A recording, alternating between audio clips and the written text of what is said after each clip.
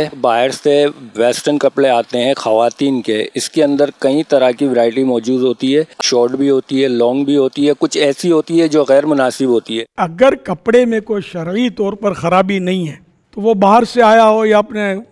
شہر کا ہو یا اپنے گھر کا ہو، اس میں تو بیچنے میں کوئی حرج نہیں ہے۔ البتہ کوئی ایسا لباس ہے جو مطلب غیر مسلموں کی خاص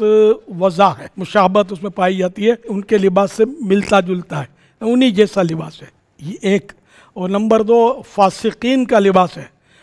جو خدا کے نافرمان لوگ پہنتے ہیں، فاسقین، فاسقات، فاسقہ عورتیں،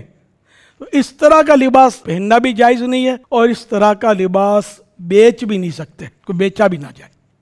آپ بیچیں گے تو لوگ خریدیں گے اور پہنیں گے نا، تو اس طرح کا نہیں، جو صاف ستھرے لباس ہوتے ہیں کہ جو شریعت سے نہیں ٹکراتے، جس کو اللہ اور رسول کی شریعت میں منع نہیں ہے،